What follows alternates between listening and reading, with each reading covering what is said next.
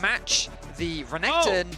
Oh, so technically they can choose to match both. They've flexed this champion into both jungle and top lane. See how it does go, but now to round out this comp and decide where this Mundo is going, and it looks like it will be in the jungle unless we're flexing to Jack's jungle, which is likely not going to be happening. Labrov to lock that one in.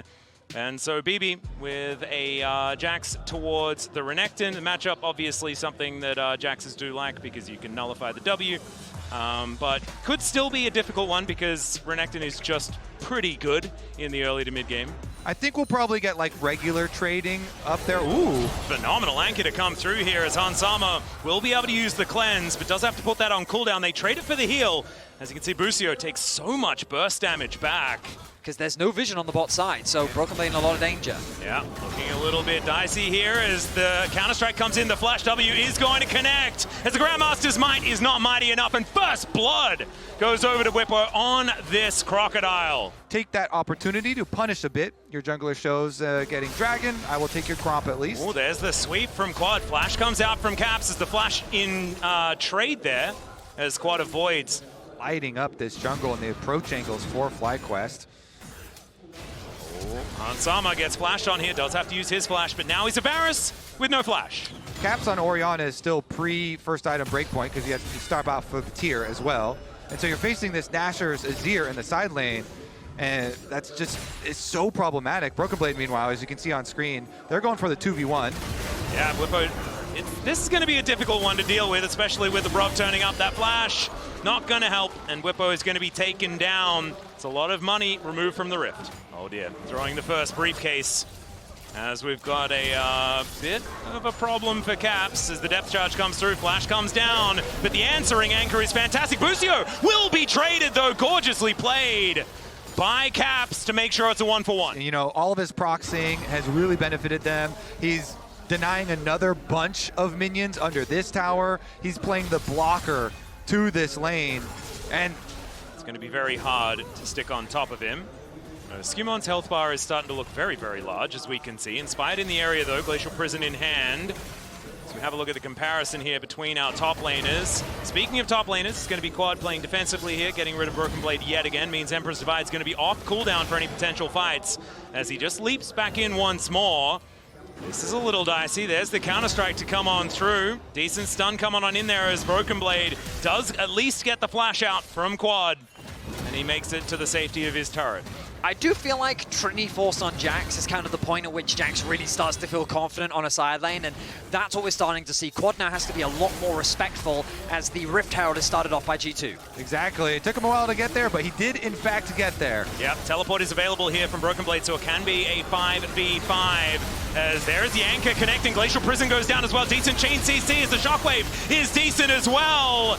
It's massive damage, but it's G2 coming out on top as both the Nautilus and the Renekton on the floor, and they'll claim the objective. And Hansama just melts through that double front line there. Oh dear, Caps might be in a little bit of trouble as the curtains have been called. The last shot comes through and Masu will be able to nail it, evening out the kills. Still, that last play putting G2 back into touching distance once more. I mean, FlyQuest don't waste any time. They get back out on the map, they find a big pick, and now Skumon sets his sights on bot. Yeah, Quad actually greeting a little bit to make sure that he gets this turret, and Emperor's Divide comes down, but there is a spell shield, and Skumon says what? And once again, it is going to be Quad going down.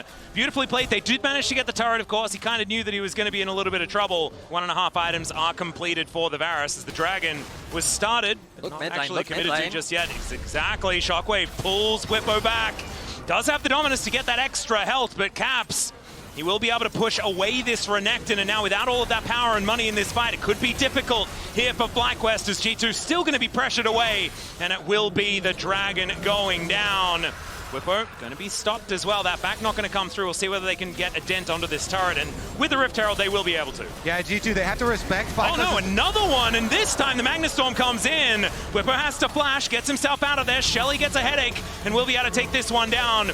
Skumon stands in front of the hook, and Busio has to cleanse, gets himself out of the way. Oh, the Emperor's Divide moves Skumon away from him, still able to get the kill, but now the curtains have been called. First bullet, second bullet, third going to miss, the fourth one lands, but it's eaten by Labrov, and he's going to be just fine. G2 limp away. A crazy back and forth as Masu secures a kill. 6-6, the scoreline at the top of our screens. Thread the briefcase before he dies over and gets Busio, but by the same token, Masu then gets a snipe as well after you think the play is done. Not enough time because we're starting off the Arakan. G2 is just forcing this one. Yeah, FlyQuest do have vision. They know what's going on, but it is burning down so incredibly quickly. Mundo is very, very good at doing a lot of extra damage to these, as Busio not going to quite hit the anchor. As can they get to steal the answers? No. Whippo taking a fair bit of damage as Broken Blade is now so dangerous, but Whippo still able to get that work done with this dominance, but it's in fact the redemption that helps out. And down goes Quad as well, and it looks like FlyQuest not quite making this one happen as G2 just move forward. Mundo is indeed doing exactly what he pleases, as that cleanse, that ain't gonna help you, buddy, as Skumond does have a lot of paperwork to do, and he's in the way. Before Inspired had a chance to join, he was walking all the way from base, but let's get back to live. Yeah, we got another battle here as Broken Blade will find another counter-strike. It only hits onto one, but it's so difficult to kill this. Jax, he just dives on top of Masu. I think he's gone too far, though. Does get the redemption, and what the heck is this? Jax still gets shut down. And that was looking frightening, and he was very alone. Yeah, looking for a little bit of an angle, but no full commitment onto any of these fights. Skumon just standing in that front line. There's the flash forward, and where did he go? Masu just explodes thanks to the shockwave, and now an exhausted Quad is just gonna fly his way out. But now, without their Jhin, it should mean that G2 can get themselves to make it into quarterfinals, and they're doing it with Skumond on his Mundo. Well, the rest of the team here going at Busio again. Yeah, looking for a bit of an angle there, but Leap Strike does get Broken Blade over the wall. They will be okay, as never mind. Inspired, looking for an angle. Deadly Flourish comes down. Another curtain call to come in here as Skumond flashes himself away. Busio's dead once again, though. The last bullet not quite enough, but Quad does have the follow-up damage. It's a trade of supports. For now, the flash forward from Inspired. He thinks he's found the angles. Whippo just flashes on top. Hans is going to fall down for the first time in this game, and now this Crocodile is doing what he wants instead of the Mundo as they escort G2 out of the river. FlyQuest are fighting back. They flash, they get the kills onto Hansama. 2 down, though, is not enough to rush an early game Baron, so it's just going to stop at that gold. Are you sure? Wait a second, maybe They've got Quad at full HP. I think they have the damage to force this. G2 only have 3 members alive. Skumond is going to come over here as, yeah, if Quad's doing Perhaps damage to this, it's going down very, very quickly. And so is Skumond, as we can see here. He's just a health bar, and this is Nash's and that Leandri's completed. Busio makes his way back. Broken Blade wants to get in here, but this Baron is going down so incredibly quickly. They have vision, but they have no one in the area, and it's FlyQuest that take the first Baron. This game could still very much go either way. The Baron has bought a lot of time for FlyQuest. The hook. Yeah, hook to come on through there as Busio starts off the fight. Glacial Prison is good as well to hold down this front line. The last bullet this time is not going to land as we have fights on multiple fronts. The counter-strike to interrupt the teleporters. Labrov will be able to get himself to relative safety. Now it's G2 trying to turn this one around because Whippo is so much of what allows FlyQuest to win these fights, and he was denied. Yeah, which flank is going to work out?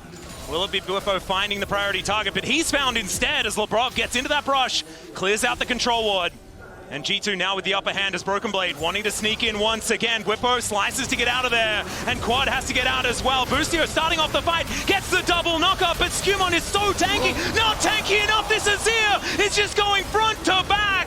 As now Broken Blade with the counter-strike is going to be able to help take down Whippo. The hook is going to not land, but the Magnet Storm is gorgeous.